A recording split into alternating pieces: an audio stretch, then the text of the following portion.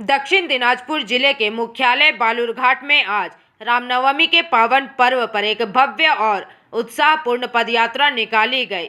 इस शोभा यात्रा में भारत सरकार के केंद्रीय मंत्री और क्षेत्र के लोकप्रिय सांसद डॉक्टर सुकांत मजूमदार ने विशेष रूप से हिस्सा लिया।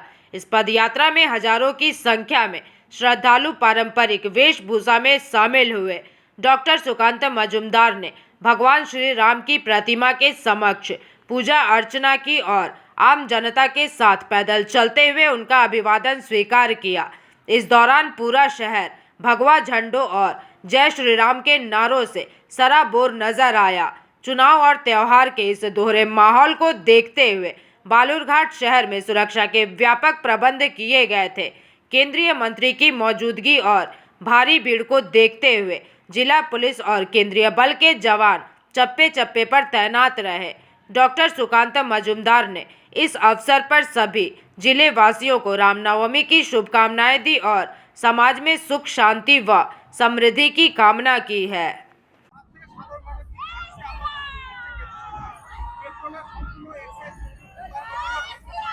দেখুন এর ফলে সাধারণ মানুষের সুবিধা হবে, পেট্রোল ডিজেলের দাম কমবে এবং যে যুদ্ধকালীন পরিস্থিতিতে অপরিশোধিত তেলের দাম বেড়ে গেছে আপনারা জানেন, তার ফলে পরিশোধিত তেলের দামও বাড়ার সম্ভাবনা থাকছে।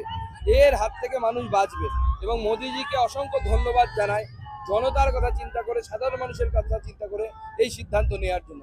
তার সাথে সাথে পশ্চিমবঙ্গ সরকারকে আমরা বলতে চাই যে আপনারা কেন এখনো সেই ভাট 10 টাকা বেশি ডিজেলে, পেট্রোলে 5 টাকা বেশি করে আমাদের রাজ্য সরকার নিচ্ছে।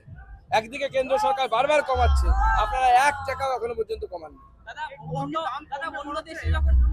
দেখুন এখন যুদ্ধকালীন পরিস্থিতি, দাম কমতে পারে, আবার যুদ্ধের জন্য বেড়ে যেতে পারে। এখনই আমার মনে হয় বক্তব্য রাখা বা বলা ঠিক নয়, আমরা পরিস্থিতি দেখে বলতে পারবো।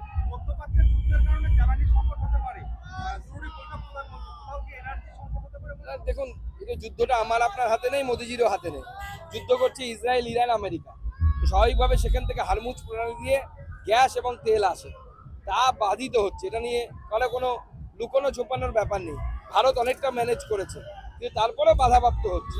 স্বাভাবিকভাবে অনেক কিছুই ঘটতে পারে, তাকে কিভাবে কন্ট্রোল করা যায়। এই সময় কালোবাজারি ঘটতে পারে, সেই কালোবাজারি যেন না হয় তার জন্য মাননীয় প্রধানমন্ত্রী সমস্ত মুখ্যমন্ত্রীদের বৈঠক করেন। Bureau report, PVTV news.